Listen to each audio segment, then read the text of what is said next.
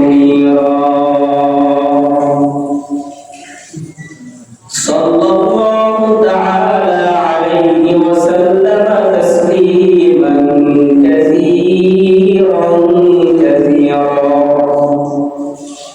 أما بعد فقد قال الله تبارك وتعالى في كلامه المجيد وفي فرقانه الحميد أعوذ بالله من الشيطان الرجيم بسم الله الرحمن الرحيم يا أيها الرسول بلغ ما أنزل إليك من ربك وإن لم تفعل فما بلغت رسالته والله يعصمك من الناس إن الله لا يهدي القوم الكافرين صدق الله مولانا العظيم وقال الصادق المصدوق الأمين عليه صلوات الله والتسليم إنما أنا مبلغ والله يهدي وإنما أنا قاسم والله يعطي أو كما قال النبي صلى الله عليه وسلم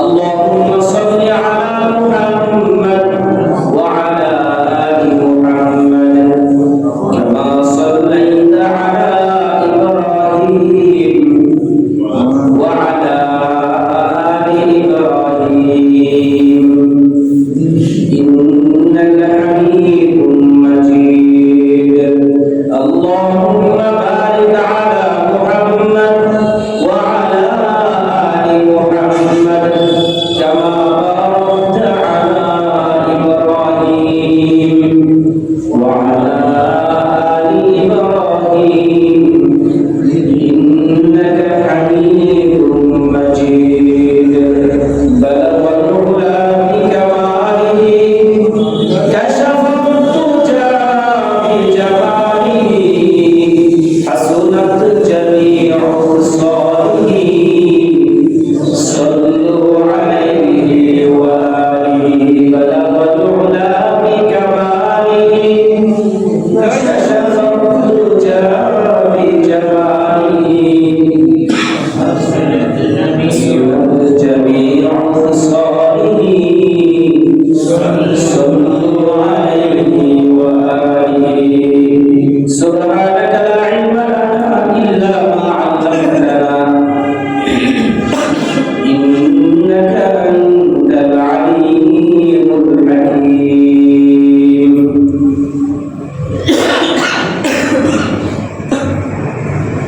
محترم مجيد আল্লাহ তাআলা দরবারে লাখ কোটি শুকরিয়া যে আল্লাহ রাব্বুল আলামিন আমাদেরকে জুমার নামাজ আদায় করার জন্য আল্লাহ তাআলা মসজিদে আসার তৌফিক দান করেছেন। এজন্য আমরা দিল থেকে শুকরিয়া আদায় করে বলি আলহামদুলিল্লাহ।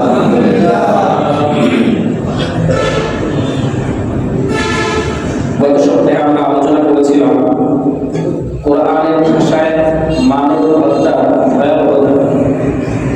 কোরআন এবং হাদিসের বর্ণনা অনুযায়ী মানব হত্যার ভয়াবহতা নিয়ে আলোচনা করেছিলাম। বাকি এই সপ্তাহে আলোচনা করব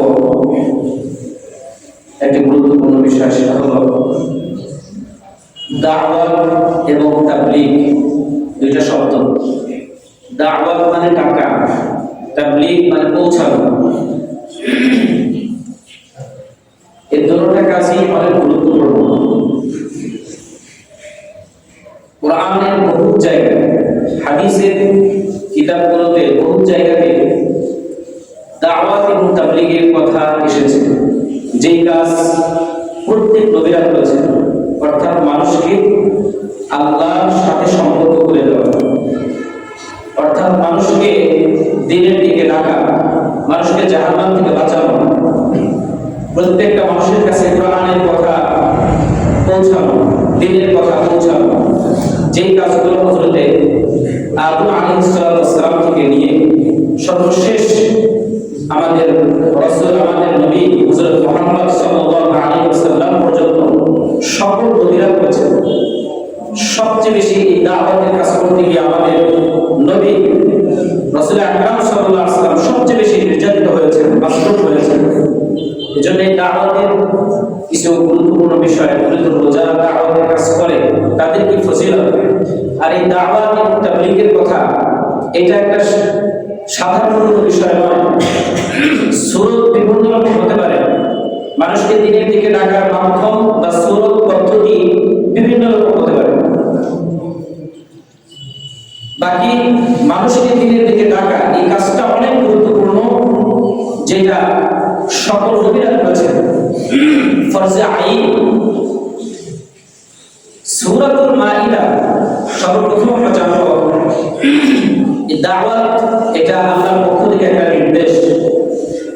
মানুষকে ইসলামের দিকে ডাকা, মানুষকে মসজিদের সাথে সম্পর্ক করে দেয়া, অশ্লীল, অসামাজিক এবং ইসলাম বহির্ভূত কাজ থেকে মানুষকে উদ্ধার করে ইসলামের দিকে নিয়ে আসা, নবীজি সাল্লাল্লাহু আলাইহি ওয়াসাল্লাম আদর্শের দিকে নিয়ে আসা, এই কাজটা আল্লাহর পক্ষ থেকে নির্দেশ এবং ফরজে আইন। সূরাতুল মাইদা এই সূরা 67 নম্বর আয়াত। আল্লাহ বলেন, বিসমিল্লাহির রহমানির রহিম, ইয়া আইয়ুহার রাসূলু বাল্লিগ মা উনজিলা ইলাইকা মির রাব্বিক। আল্লাহ বলছেন, হে রাসূল, আপনার প্রতিপালকের পক্ষ থেকে আপনার কাছে যা নাযিল করা হয়েছে আপনি তা পৌঁছে দেন। ওয়া ইন লাম তাফআল ফামা বাল্লাগতা রিসালাতা। আর আপনি যদি এই আল্লাহর বিধানাবলী, আল্লাহর এই আদেশ নির্দেশের যে কথাগুলো, বিধান সমূহ যে রয়েছে, এগুলো যদি আপনি না পৌঁছান, এগুলো যদি আপনি না করেন, তাহলে আপনি আল্লাহর এই বিধান পৌঁছালেন না, আল্লাহর নির্দেশকে আপনি মানলেন না। তো আল্লাহ পাক নবীজিকে বলতেছেন, আপনি আদেশগুলো পালন করেন, যে হুকুমগুলো আপনার কাছে আসছে, যে বাণীগুলো আপনার কাছে আসছে, এসব মানুষের কাছে আপনি পৌঁছে দেন। ওয়াল্লাহু ইয়াসিমুকা মিনান নাস। এখন এই দিনের কথা, দিনের আলোচনা করতে গিয়ে, দিনের কথা মানুষের কাছে পৌঁছাইতে গিয়ে মানুষ রূপী কিছু শয়তান থাকে, তাদের উপর আক্রমণ করে, জুলুম করে, নির্যাতন করে। আল্লাহ রাব্বুল আলামিন নবীজি সাল্লাল্লাহু আলাইহি ওয়াসাল্লামকে বলেছেন, ওই মানুষদের থেকে আপনাকে আল্লাহ পাক রক্ষা করবেন।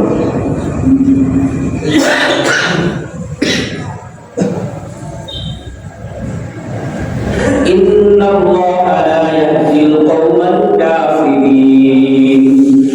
আর কাফির সম্প্রদায় যারা, তাদেরকে আল্লাহ পাক হেদায়েত দেন না, তাদের কপালে হেদায়েত দেন। তাহলে এই আয়াতের মধ্যে আমরা জানতে পারলাম যে নবীজিকে আল্লাহ পাক এটা আদেশ করেছেন যে আপনার কাছে যা নাযিল করা হয়েছে আপনি সব মানুষের কাছে পৌঁছে দেন। এখানেও আমরা দাওয়াত এবং তাবলীগ, মানুষকে ডাকা, মানুষের কাছে দিনের কথা পৌঁছানো, এই আয়াত থেকে আমরা স্পষ্টভাবে বুঝতে পারলাম। সূরাতুত তাওবা এই সূরার 71 নম্বর আয়াত। বিসমিল্লাহির রহমানির রহিম। ওয়াল মুমিনুনা ওয়াল মুমিনাতু বা'দুহুম আউলিয়াউ বা'দ। একজন মুমিন পুরুষ আরেকজন মুমিন পুরুষের জন্য সহযোগী, একজন মুমিন নারী আরেকজন মুমিন নারীর জন্য সে সহযোগী। ইয়া'মুরুনা বিল মা'রুফ। এই আয়াতের মধ্যে মুমিন নারী এবং মুমিন পুরুষদের 5টা কাজের কথা বলা হচ্ছে। তার মধ্যে গুরুত্বপূর্ণ একটা হলো সৎ কাজের আদেশ করা, অসৎ কাজ থেকে মানুষকে বাধা দেওয়া। এই আয়াতের মধ্যে আমরা জন্য। পাঁচটা কাজ। এক নাম্বার, ইয়া'মুরুনা বিল মা'রুফ। মুমিন পুরুষ মুমিন নারী মানুষকে সৎ কাজের আদেশ করবে। কিসের আদেশ করবে? সৎ কাজের আদেশ করবে, ভালো কাজের আদেশ করবে, ভালো কথা বয়ান দিবে, ভালো কথা মানুষের কাছে তুলে ধরবে। দুই নাম্বার, ওয়ানহা আনিল মুনকার। অসৎ কাজ থেকে, অসৎ কর্ম থেকে, ইসলাম বহির্ভূত কর্ম থেকে, কাজ থেকে মুমিন পুরুষ মুমিন নারী তাদেরকে বাঁচাবে, তাদেরকে বাধা দিবে। এটা দুই নম্বর কাজ। তাহলে একটা হলো সৎ কাজের আদেশ করা, আর একটা হলো অসৎ কাজ থেকে বাধা দেওয়া। তিন নম্বর, ইউকিমুস সালাহ। নামাজ আদায় করবে, নামাজ কায়েম করবে, পাঁচ ওয়াক্ত নামাজ সে আদায় করবে, এটা ছাড়বে না। চার নম্বর, ইউতুনা যাকাত। যাকাত আদায় করবে। কি আদায় করবে? যাকাত আদায় করবে। যাকাত, সম্পদের যাকাত আসছে, যাকাত আদায় করবে। পাঁচ নাম্বার, ইউতিউনাল্লাহ ওয়া রাসূলাহ। আল্লাহ এবং তার রাসূলের অনুসরণ করবে, মানে আল্লাহর হুকুম আদায় করবে, আল্লাহর নির্দেশগুলো বাস্তবায়ন করবে, নবীজির ইতাআত করবে, নবীজির অনুসরণ করবে। আল্লাহ রাসূল সাল্লাল্লাহু আলাইহি ওয়াসাল্লাম যে পথে মানুষকে দাওয়াত দিয়েছেন, যে পথে ওঠার জন্য নবীজি বলেছেন, সাহাবায়ে কেরাম বলেছেন, ওই পথে সমস্ত উম্মত, সকল মানুষ নবীজির আদর্শকে গ্রহণ করবে, আদর্শের পথ ধরবে। এই পাঁচটা কাজ একেবারে স্পষ্ট কথা। সৎ কাজের আদেশ করবে, অসৎ কাজ থেকে বাধা দিবে, নামাজ কায়েম করবে, যাকাত আদায় করবে, আল্লাহ এবং তার রাসূলকে মানবে, আল্লাহর কথা শুনবে, আল্লাহ যেভাবে চলতে বলেছেন, যেভাবে জীবন প্রতিষ্ঠা করতে বলেছেন, ওইভাবে জীবনকে সাজাবে। রাসূল আকরাম সাল্লাল্লাহু আলাইহি ওয়াসাল্লাম জীবনের পদ্ধতি, আদর্শ কিভাবে দেখিয়েছেন, সাহাবায়ে কেরামদের মাধ্যমে সেগুলো প্রমাণ করেছেন, বাস ওইভাবে জীবনকে সাজাবে। এই পাঁচটা কাজ, এগুলো করলে কি হবে? পরের আয়াতে আল্লাহ পাক বলেছেন, উলাইকা সারহামুহুল্লাহ। যারা এই কাজগুলো আদায় করবে, বাস্তবায়ন করবে নিজের জীবনে, আল্লাহ রাব্বুল আলামিন বলেন, ওই সকল ব্যক্তিদের উপর আল্লাহ রাব্বুল আলামিন রহম করবেন, রহম করবেন। সুবহানাল্লাহ। তাদের উপর আল্লাহ পাক দয়া করবেন, রহম করবেন। এই আয়াত থেকে আমরা জানলাম, সূরা তাওবার ৭১ নম্বর আয়াত থেকে আমরা বুঝতে পারলাম যে সৎ কাজের আদেশ করা, অসৎ কাজ থেকে বাধা দেওয়া, এটা আল্লাহর পক্ষ থেকে নির্দেশ। সূরাতুন নাহল, এই সূরার ১২৫ নম্বর আয়াত, উদউ ইলা সাবিলি রাব্বিকা বিল হিকমাতি ওয়াল মাউইযাতিল হাসানা। আল্লাহ রাব্বুল আলামিন নবীজিকে বলতেছেন, হে নবী, আপনি আপনার প্রতিপালকের রাস্তায় সৎ পথে মানুষকে আপনি হিকমতের সাথে দাওয়াত দেন। কিসের সাথে? হিকমতের সাথে, প্রজ্ঞার সাথে দাওয়াত দিতে হবে, হিকমতের সাথে। ওয়াল মাউইযাতিল হাসানা, উত্তম আচরণের মাধ্যমে, সুন্দর কথার মাধ্যমে। ইসলামের দিকে কাউকে যদি নিয়ে আসতে হয়, এমন না যে তার সাথে ঝগড়া করে, বাধ্য করে ইসলামের দিকে নিয়ে আসতে হবে না। নামাজ পড়ানোর জন্য তাকে মারপিট করে, যুদ্ধ করে তাকে নামাজের দিকে নিয়ে আসতে হবে, এমনটা না। এমন নাকি? বরং নবীজি বলেন, তার সাথে তুমি সুন্দর আচরণ করো, তার সাথে তুমি ভালো আচরণ করো, সুন্দর কথাগুলো তুলে ধরো, নবীজির আদর্শগুলো তুলে ধরো। নামাজ আদায় না করলে কি পরিমাণ গুনাহ, সৎ পথে না চললে কি পরিমাণ শাস্তি, কি পরিমাণ অপরাধ হবে, ওই সকল কথাগুলো তুমি তুলে ধরো সুন্দরভাবে। আল্লাহ রাব্বুল আলামিনের কাছে দোয়া করো, ওই ব্যক্তি যেন আল্লাহর পথে যেন চলে আসে। এটা হলো হিকমত এবং মাউইযাতুল হাসানা, মানে উত্তম আচরণ, ভালো কথা। এর মাধ্যমে মানুষকে রাখা। ওয়াজাদিলহুম বিল্লাতী হিয়া আহসান। কারো সাথে যদি এই দ্বীনের দাওয়াত দিতে গিয়ে যদি কোনো বিবাদের মধ্যে লিপ্ত হতে হয়, তবে তার সাথে বিবাদে লিপ্ত হবে, তবে উত্তম কথা বলবে, ভালো কথা বলবে। সেই বিবাদটা আমাদের সাথে তর্ক হবে, ওই তর্কটাও, বাদ বিতণ্ডাটাও হতে হবে সুন্দর ভাষায়। আল্লাহু আকবার। রাসূল আকরাম সাল্লাল্লাহু আলাইহি ওয়াসাল্লামকে আল্লাহ এইসব কাজ দেখা দিয়েছেন যে এইভাবে মানুষকে তুমি দিনের দিকে নিয়ে আসো, আমার দিকে নিয়ে আসো। তাহলে এই আয়াত থেকে আমরা বুঝতে পারলাম মানুষকে ডাকা আল্লাহ তাআলা নবীজিকে আদেশ করেছেন। সূরা ইউসুফ 108 নম্বর আয়াত। বিসমিল্লাহির রহমানির রহিম। কুল হাযিহি সাবিলি আদ'উ ইলাল্লাহ আলা বাসীরাতিন আনা ওয়া মান ইত্তাবা'নি ওয়া সুবহানাল্লাহ ওয়া মা আনা মিনাল মুশরিকিন। আল্লাহ রাব্বুল আলামিন নবীজিকে বলতেছেন, হে আপনি বলেছেন হাযিহি সাবিলি, এই যে আমি মানুষকে দিনের দিকে ডাকি, আল্লাহর দিকে ডাকি, আল্লাহর পথে ডাকি। আমি মানুষকে নামাজের কথা বলি, আমি মানুষকে আল্লাহর সাথে সম্পর্ক করার কথা বলি, এটাই আমার রাস্তা। এটা আপনি বলে দেন এটা আমার রাস্তা। আমি এই রাস্তার দিকে আমি এবং আমাকে যারা অনুসরণ করে মানে আমার সাহাবীরা সবাই এই পথের দিকে মানুষকে ডাকে আলা বাসীরাতিন, তবে সেটা স্পষ্টভাবে প্রজ্ঞার সাথে জেনে বুঝে আমি তাদেরকে দিনের দিকে ডাকি। আল্লাহু আকবার। ওয়া সুবহানাল্লাহ, আল্লাহ সবকিছু থেকে পূত পবিত্র, আল্লাহর কোনো দোষ ত্রুটি নাই। আল্লাহর কোনো ত্রুটি আছে? দোষ আছে? আর কথা বলেন না কেন? আল্লাহর কোনো দোষ ত্রুটি আছে? এই চিন্তা থাকলে তার কোনো ঈমানই থাকবে না। ওয়া মা আনা মিনাল মুশরিকিন, আর আমি মুশরিকদের অর্থাৎ যারা শিরক করে আমি তাদের অন্তর্ভুক্ত নই। নবীজি কি আল্লাহ পাক এই কথা বলেন। তাহলে এই আয়াত থেকে আমরা বুঝতে পারলাম, সূরা ইউসুফের 108 নম্বর আয়াত থেকে বুঝতে পারলাম যে আল্লাহ রাব্বুল আলামিনের অন্যতম একটা হুকুম ছিল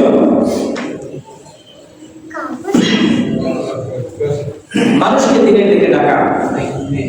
সূরা আলে ইমরান এই সূরার 104 নম্বর আয়াত। ওয়াত্তাকুম মিনকুম উম্মাতুন ইয়াদউনা ইলাল খায়র ওয়া ইয়া'মুরুনা বিল মা'রুফ ওয়া ইয়ানহাউনা আনিল মুনকার। এই যে দেখেন কত আয়াত, দাওয়াত দেওয়া, মানুষকে দিনের দিকে রাখা, মানুষের কাছে ইসলামের কথা পৌঁছে দেওয়া। এই কাজটা এটা কি শুধু আলেমদের কাজ নাকি সবারই কাজ?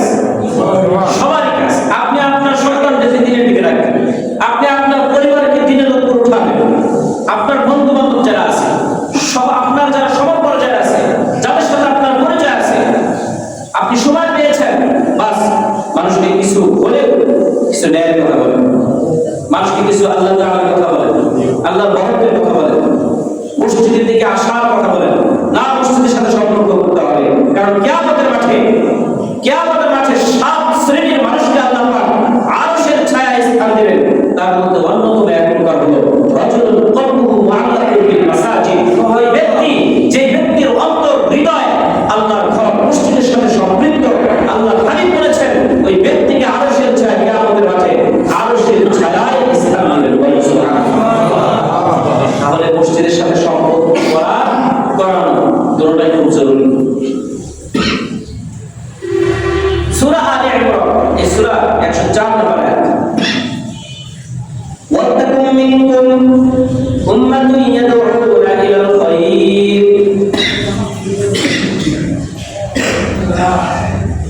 ওয়া ইয়া'মুরুনা বিল মা'রুফ ওয়া ইয়ানহাউনা আনিল মুনকার ওয়া উলাইকা হুমুল মুফলিহুন। আল্লাহ রাব্বুল আলামিন বলেন তোমাদের একটা দল থাকবে, স্পেশাল একটা দল থাকবে, যে দলটা তারা মানুষকে আল্লাহর দিকে রাখবে, মানুষকে আল্লাহর দিকে রাখবে, ওয়া ইয়ানহাউনা আনিল মুনকার, মানুষকে অসৎ কাজ থেকে বাধা দেবে। একটা দল এরকম থাকা চাই যারা মানুষকে আল্লাহর দিকে সম্পর্ক করে দেবে, আল্লাহর দিকে নিয়ে আসবে, মসজিদের সাথে সম্পর্ক করে দেবে, অসৎ কাজ থেকে মানুষকে বাধা দেবে। সূরা আলে ইমরানের 104 নম্বর আয়াত থেকে বুঝতে পারলাম এই কথা। এবার আসেন সূরাতুত তাহরীম, এই সূরা বড় কঠিন কথা আল্লাহ বলেছেন। বিসমিল্লাহির রহমানির রহিম।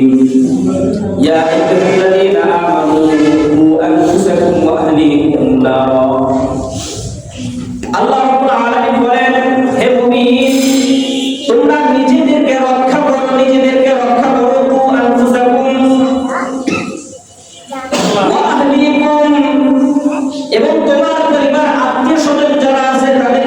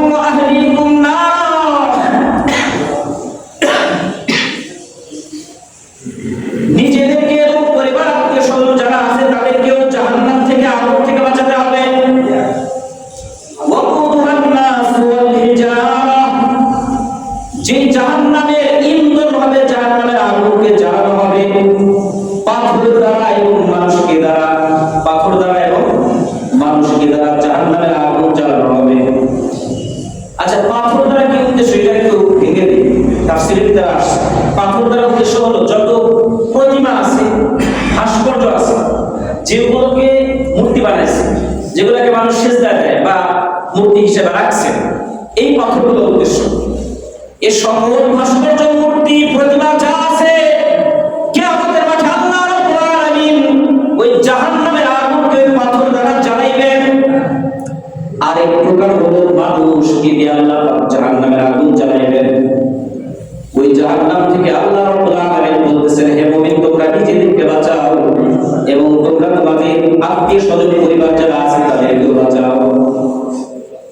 আলাইহা মালাইকাতুন, ওই জাহান্নামের দায়িত্বশীল এমন কিছু ফেরেশতা থাকবে, গিলাদুন শিদাদুন, যারা অনেক কঠিন স্বভাবের হবে।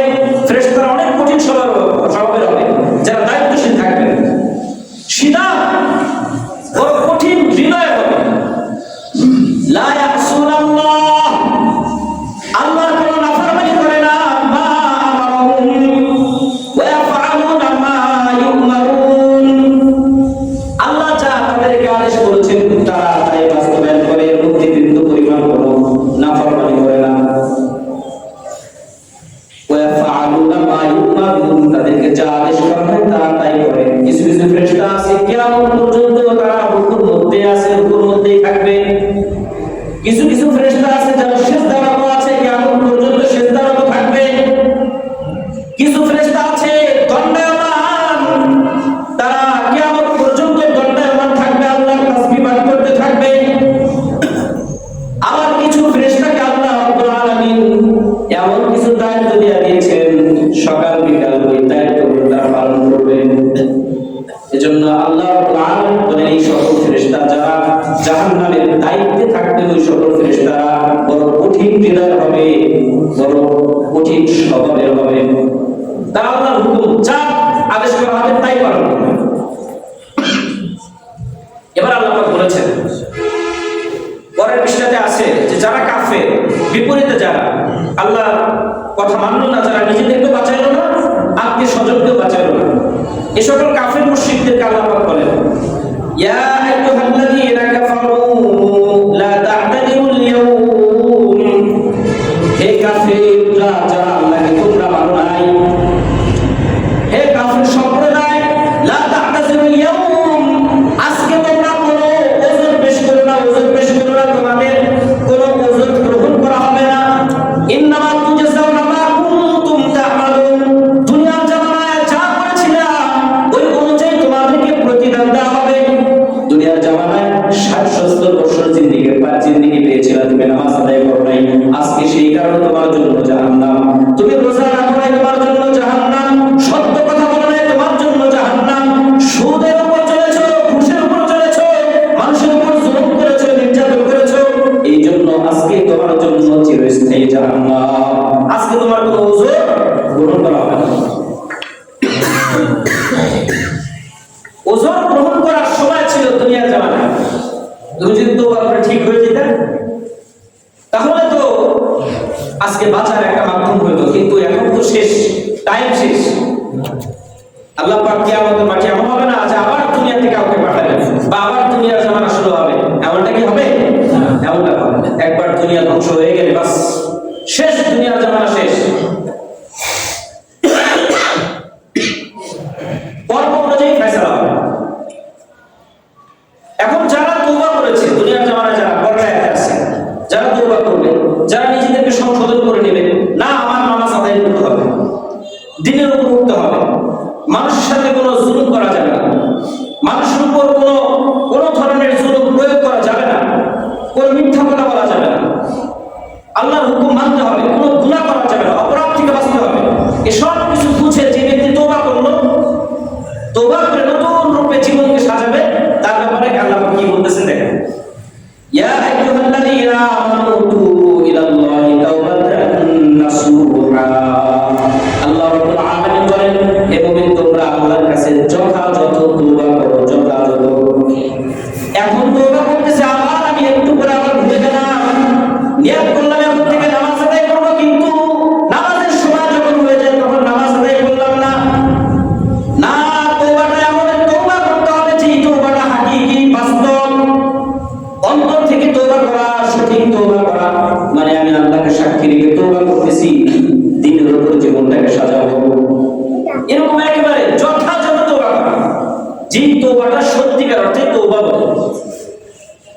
এই ধরনের তওবা যারা করবে, আল্লাহ রাব্বুল আলামিন বলেন আসা রাব্বুকুম আন ইউকাফফিরা আনকুম সাইয়্যাতিকুম ওয়া ইউদখিলাকুম জান্নাতিন তাজরি মিন তাহতিহাল আনহার। আশা করা যায় আল্লাহ রাব্বুল আলামিন তার পিছনের যত গুনাহ আছে সমস্ত গুনাহগুলোকে মাফ করে দিবে। সুবহানাল্লাহ। দ্বিতীয় নম্বর পুরস্কার কি? ওয়া ইউদখিলাকুম জান্নাতিন তাজরি মিন তাহতিহাল আনহার। আল্লাহ রাব্বুল আলামিন বলেন তুমি তওবা করেছো, তুমি নতুন করে আমার দিকে ফিরে আসছো, তুমি সমস্ত গুনাহকে তো তুমি ছেড়ে দিছো। আল্লাহ রাব্বুল আলামিন বলেন আমি তোমাকে এমন জান্নাত দান করব যে জান্নাতের তলদেশ দিয়ে নহরনালা প্রবাহিত হতে থাকবে। আল্লাহ রাব্বুল আলামিন ওই সকল তওবাকারী মুমিন বান্দাদের জন্য এই ঘোষণা দিয়েছেন। বলেন সুবহানাল্লাহ। তাহলে দুটা পুরস্কার স্পষ্ট বিষয়, গুনাহ মাফ হয়ে যাবে, দ্বিতীয় পুরস্কার থাকে জান্নাত। আল্লাহু আকবার। তাহলে এই যে আয়াতগুলো, এই আয়াতগুলো থেকে আমরা বুঝতে পারলাম যে দাওয়াতের কথা নিজেকে বাঁচানো, পরিবারকে বাঁচানো, আত্মীয়-স্বজনকে বাঁচানো। সাহাবায়ে-কেরামদের ব্যাপারে আল্লাহ পাক আয়াত নাযিল করেছেন সূরা হজ, এই সূরার 41 নম্বর আয়াত। এটা অনেকগুলো বর্ণনা করছে, আপনারা টের পান নাই, প্রত্যেকটা কোরআনের আয়াত। হাদিসের অংশে এখনো যায়নি। আল্লাযীনা ইন মাক্কানাহুম ফিল আরদি আকামুস সালাহ ওয়া আতাউজ যাকাহ। সাহাবী-কেরাম তাদের কাজ কি ছিল? আল্লাহ রাব্বুল আলামিন বলেন আকামুস সালাহ, তারা নামাজ আদায় করছে। যাদেরকে আমি জমিনের মধ্যে রাজত্ব দিয়েছিলাম, হযরত ওমর রাদিয়াল্লাহু আনহুকে নবী আল্লাহ পাক অর্থ দুনিয়ার বাদশা বানাইছেন। সমস্ত সাহাবী-কেরাম এক একজন বড় বাদশা ছিল, এক একজন, কিন্তু তাদের কাজ কি ছিল? আকামুস সালাহ, তারা নামাজ বাস্তবায়ন করছে, নামাজ আদায় করছে, নিজেরা নামাজ আদায় করছে, আবার প্রজা যারা আছে, অন্যান্য মানুষ আছে যারা, আল্লাহ অন্যান্য সকল বান্দাদের কাছে দ্বীনের কথা পৌঁছেছে। আর কি করছেন? ওয়া আতাউজ যাকাহ, যাকাত আদায় করছেন, ওয়া আমারু বিল মা'রুফ, সৎ কাজের আদেশ করছেন, ওয়া নাহা আনিল মুনকার, অসৎ কাজ থেকে মানুষকে বাধা দিয়েছেন। এগুলো সাহাবীদের কাজ ছিল। ওয়ালিল্লাহি আকিবাতুল উমুর, শেষ পরিণাম যাদের পরিণাম ভালো, যাদের শেষ কাজগুলো ভালো, অবশ্যই আল্লাহ পাক তাকে তাদের পরিণাম হবে সুন্দর। সকল বিষয়ের পরিণাম, এ সব কিছু কার কাছে? আল্লাহর কাছে। কার কি পরিণাম হবে?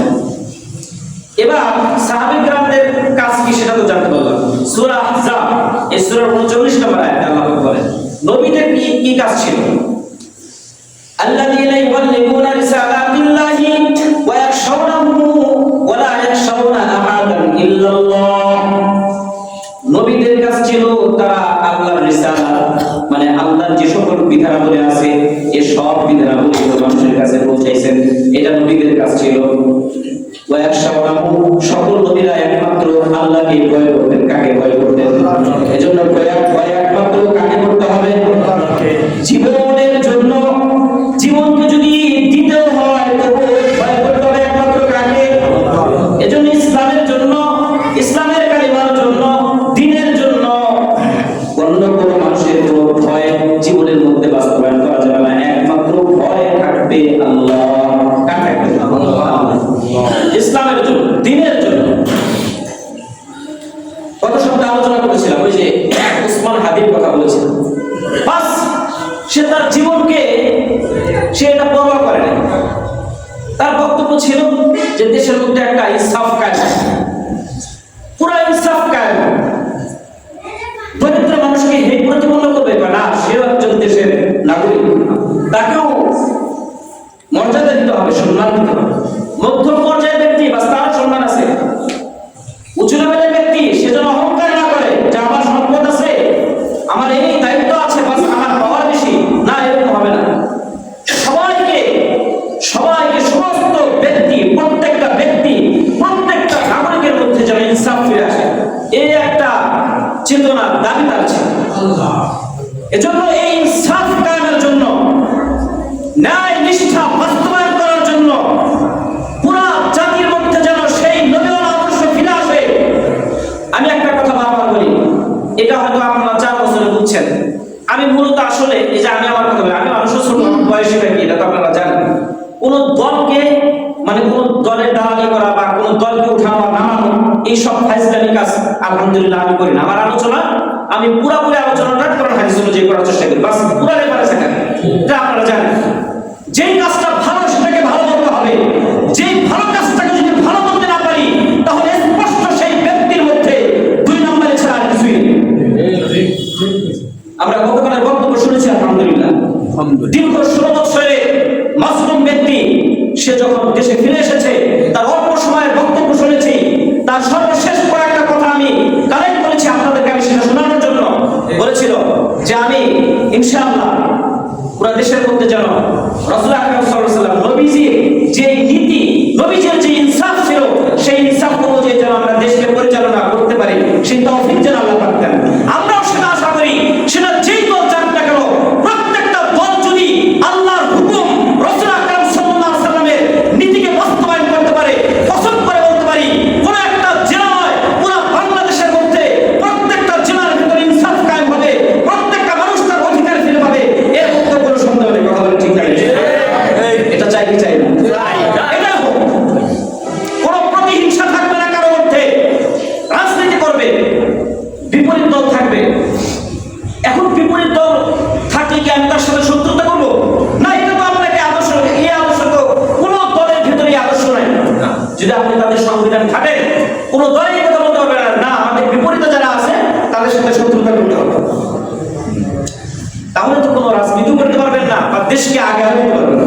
দেশকে যদি আগায় নিয়ে যেতে চান, দেশের মধ্যে যদি উন্নতি বাস্তবায়ন করতে চান, তাহলে প্রত্যেক দলকে আপনি আপনার কাজ